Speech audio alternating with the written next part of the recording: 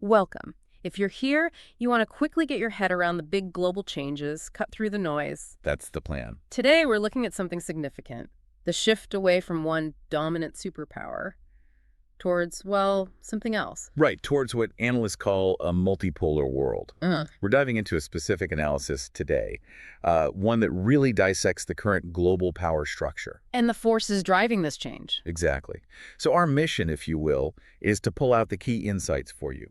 What does multipolarity actually mean in, say, 2025? Who are the key players now? And ultimately, why does this shift matter? Okay, let's start there. Multipolarity. Before we get into what it is, maybe we should touch on what it isn't anymore. I mean, the era of U.S. dominance. Yeah, that's a good starting point. For a good while, the United States really held this unparalleled position globally, Politically, militarily. economically, culturally, too.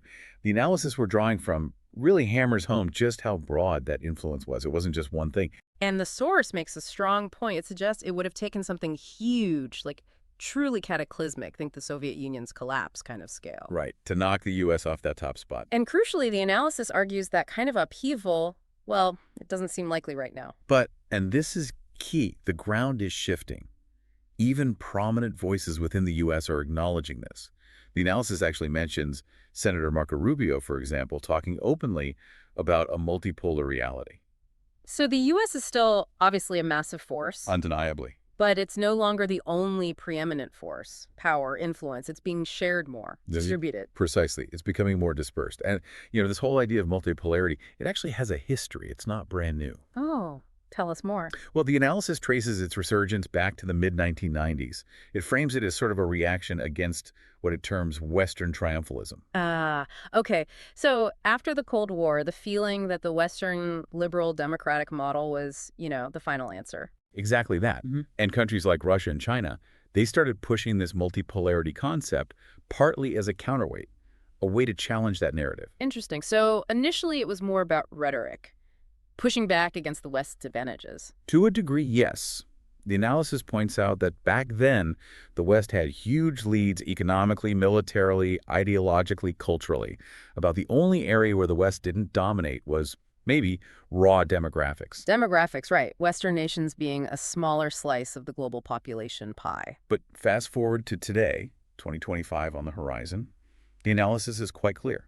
Multipolarity isn't just talk anymore. It's the reality we're living in. Okay, so it's real. But it doesn't sound simple. The analysis suggests not everyone's jumping into global rivalries. Not at all. It's actually quite nuanced. Look at the crises in Ukraine or Palestine, for instance. The analysis uses these examples to show that, perhaps surprisingly, few countries are willing to take really big, bold geopolitical risks. So who is taking those risks? Well, this is where it gets interesting. The analysis really highlights the continuing central roles of the U.S. and Russia, particularly in shaping what happens in Eastern Europe and the Middle East. And why is that? Just pure power. Not just power, according to this source. It's more about their readiness, their willingness to act decisively, to bear risks, and, importantly, to shoulder responsibilities.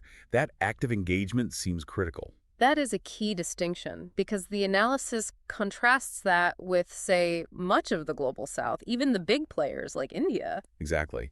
These nations, India included, have massive demographic weight, significant economic potential. But their approach is described as more cautious, more selective. Observing, engaging when it suits their interests, but maybe not seeking global leadership roles right now? That's the picture painted by the analysis. They prioritize their own interests, which is understandable, but it means they're currently positioned perhaps slightly on the sidelines of what the source calls the big game. Okay, the big game. Let's talk about the core players in that game then. The analysis points to a specific configuration. It identifies a strategic triangle: Washington, Moscow, and Beijing. That's seen as the core of this new world order. Right. So we've mentioned the U.S. and Russia being very active, very willing to engage and take risks. What about China in this triangle? China's role is described differently. Immense economic power, obviously, a huge global footprint.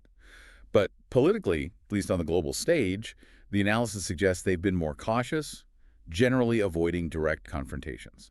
But that might change. Very likely.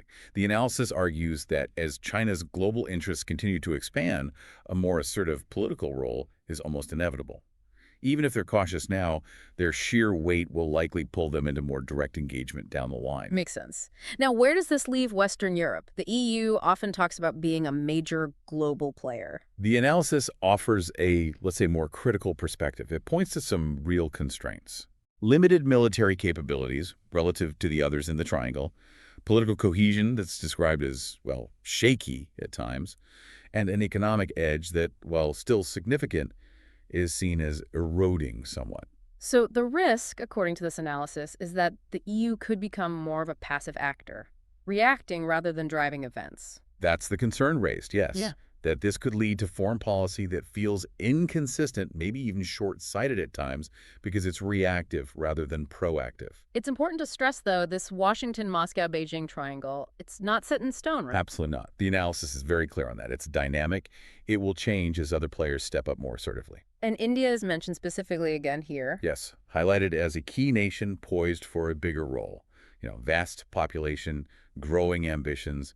It's one to watch. And Western Europe, despite the challenges mentioned, its location keeps it relevant. Definitely.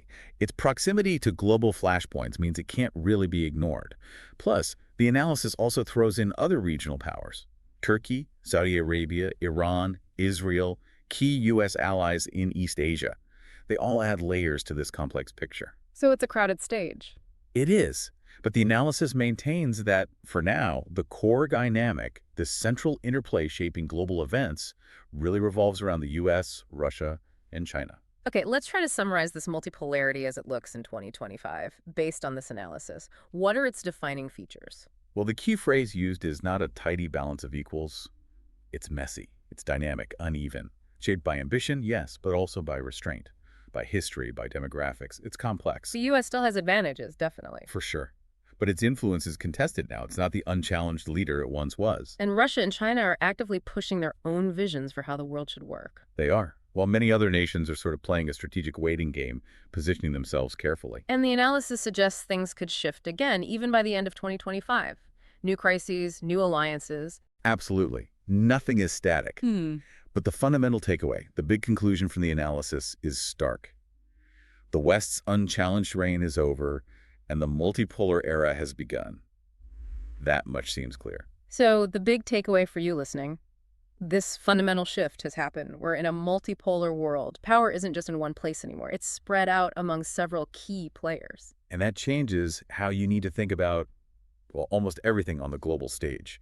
International conflicts, trade deals, alliances. The underlying dynamics are different now. Which leads us to a final thought for you to chew on. In this world where power is more distributed, less centralized, what does that mean? What are the biggest opportunities that arise from that? And what are the biggest challenges? How might this play out in areas like technology competition, global trade flows, or even our ability to cooperate on huge issues like climate change in the coming years? Definitely something to keep in mind as you watch events unfold. This multipolar structure is the new reality we need to understand.